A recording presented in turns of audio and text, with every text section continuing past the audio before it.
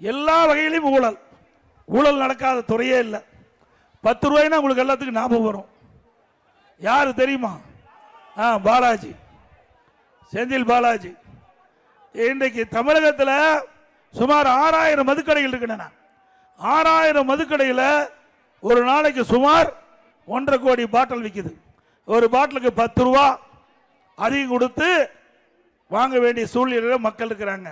10 ரூபா அதிகமாக வச்சு தான் அந்த பாட்டிலுடைய விலையை மேலே, பாட்டில் விலைக்கு மேலே 10 ரூபா உயர்த்தி தான் அந்த மதுக்கடையில் விற்பனை செய்கிறாங்க.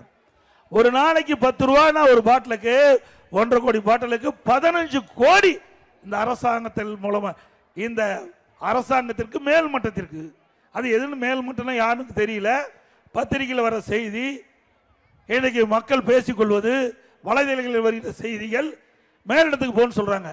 ஒரு நாளைக்கு 15 கோடி இந்த ஒரு பாட்டிலுக்கு 10 ரூபா அதிகமா வச்சு விற்பனை செய்வதனால மாசத்துக்கு 450 கோடி, வருஷத்துக்கு 5400 கோடி, 4 ஆண்டுல 22,000 கோடி இந்த ஒரு பாட்டிலுக்கு 10 ரூபா அதிகமா வச்சு விற்பனை செஞ்சாவே கிட்டத்தட்ட ஒரு வருடத்திற்கு 4 வருடத்தில் 22,000 கோடி ஊழல் செய்த அரசாங்கம் திமுக அரசாங்கம். இந்த அரசாங்கம் தொடர வேண்டுமா?